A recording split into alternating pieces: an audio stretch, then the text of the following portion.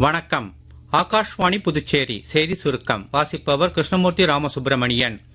சுயசார்பு தொலைநோக்கை எட்டும் வகையில் சமுத்ரா பிரதாப் கப்பல் நாட்டிற்கு அர்ப்பணிக்கப்பட்டுள்ளதாக பிரதமர் திரு நரேந்திர மோடி கூறியுள்ளார். இந்திய மக்கள் தொகை கணக்கெடுப்பு 2027 முதல் கட்டம் வரும் ஏப்ரல் 1ஆம் தேதி முதல் செப்டம்பர் 30ஆம் தேதி வரை நடைபெறும் என்ற அறிவிப்பை மத்திய அரசு வெளியிட்டுள்ளது. அனைத்து மாநிலங்கள் மற்றும் யூனியன் பிரதேசங்கள் இக்காலகட்டத்தில் ஏதாவது ஒரு 30 நாட்களில் வீடு வீடாக சென்று கணக்கெடுப்பில் ஈடுபடும் என்றும் தெரிவிக்கப்பட்டுள்ளது. PSLV C-62 ராக்கெட் மூலம் EOS-N1 புவி கண்காணிப்பு செயற்கைக்கோள் இம்மாதம் 12ஆம் தேதி விண்ணில் செலுத்தப்படும் என்று இஸ்ரோ அறிவித்துள்ளது.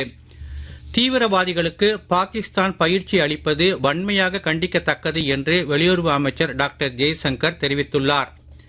புதுச்சேரியில் கம்பன் கலையரங்கில் நேற்று நடைபெற்ற விழாவில் துணைநிலை ஆளுநர் திரு கைலாஷ்நாதன், முதலமைச்சர் திரு ரங்கசாமி ஆகியோர் காவல்துறையினர் 292 பேருக்கு பதவி உயர்வு ஆணைகளை வழங்கினர்.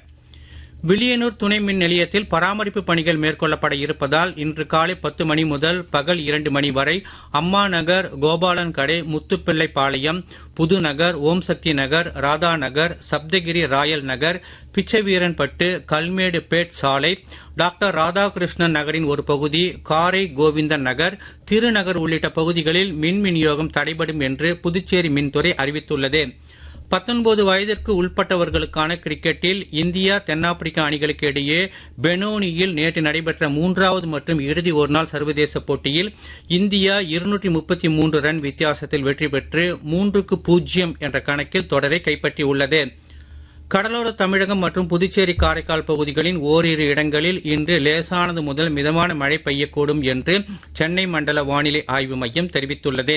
இத்துடன் இந்த செய்தி சுருக்கம் நிறைவு பெறுகிறது.